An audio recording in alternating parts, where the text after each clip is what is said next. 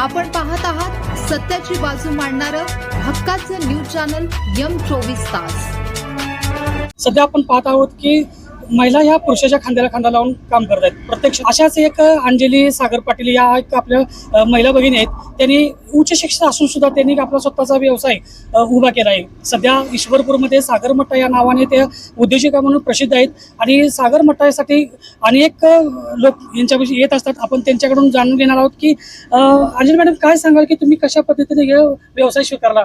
बाहेर ठिकाणी आपण हार्डवर्क करणारच होतो, तर म्हटलं स्वतःच्या ठिकाणी आपण आपलं उच्च द्यावं, म्हणजे प्रामाणिक कष्ट बाहेर करायचंच आहे, ते आपण आपलं स्वतःचं काहीतरी चालू करून त्याच्यामध्ये आपण चांगले कष्ट करावे असं म्हटलं।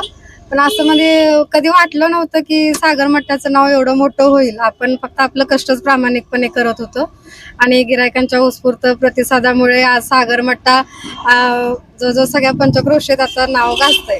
म्हणजे बाहेर जरी केलं तरी आम्हाला आमच्या नावाने कमी आणि आमच्या व्यवसायाच्या नावाने जास्त ओळखतात। पण त्याच्यामध्ये ही तुम्हाला ओढ कशी निर्माण झाली? ही आपण सागर मट्टा हा निवडावा हा कसं वाटलं तुम्हाला? म्हणजे सुरुवातीला आमचं नाश्ता सेंटर होतं, मग उन्हाळा सीझन आल्यावरती म्हणजे एक जणांनी सुचवलं की थंड काहीतरी ठेवता येते का बघा, लिंबू सरबत वगैरे। मग आपण घरी मट्टा बनवतच होतो, घरी म्हणजे सगळ्यांना आवडत होता, मग त्याच्यामुळं मट्टा ठेवूया म्हटलं।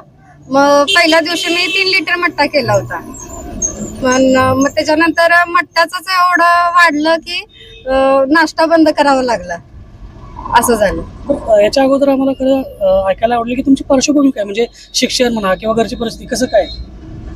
माझं BSc केमिस्ट्री झालंय। घरची परिस्थिती बऱ्यापैकी होती, पण मला स्वतःला शिकायची आवड होती, चांगली होती मी शिकण्यात, म्हणून मी जॉब करत कॉलेज केलं।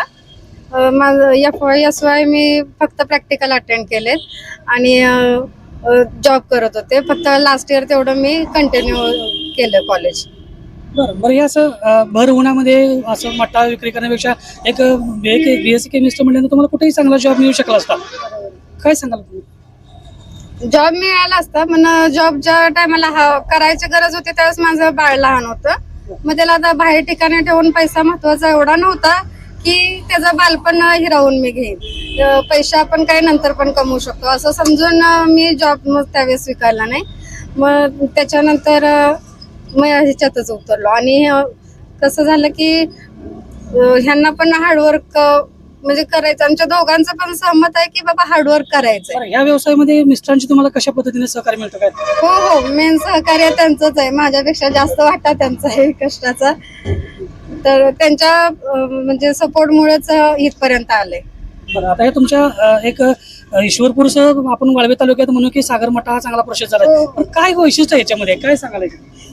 ह्याचं वैशिष्ट्य म्हणजे आपण घरी स्वतः दही लावतोय, विकतच्या ताकाला ते चव येत नाही, आणि स्वतः घरी दही लावल्यामुळं त्याचे सगळे जीवनसत्व म्हणा हे गिरायकांना स्वतः अनुभव आलेत की हे कसं आरोग्यासाठी उपयोग आहे घरगुती ताक असल्यामुळे।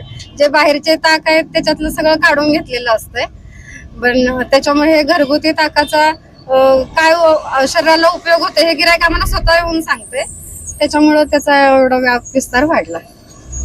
तर आपण पाहिलं की उच्च शिक्षित असूनही त्यांना कुठेतरी सर्व्हिस मिळत असते, जॉब मिळत असते, त्यातून पण हे असं न करता एक स्वतः उद्योजका होऊन काही एक चांगलं नावलौकिक कमवण्याचा त्यांनी तो निर्णय घेतला आणि तो आज एक चांगला फास आलेला आहे आपण बघत आहेत। आज सागर मट्ट्याचं ईश्वरपूरच्या सांगली जिल्ह्यामध्ये चांगलं नावलौकिक होत आहेत। M24 तासासाठी मी दिलीप मोहिते, सांगली।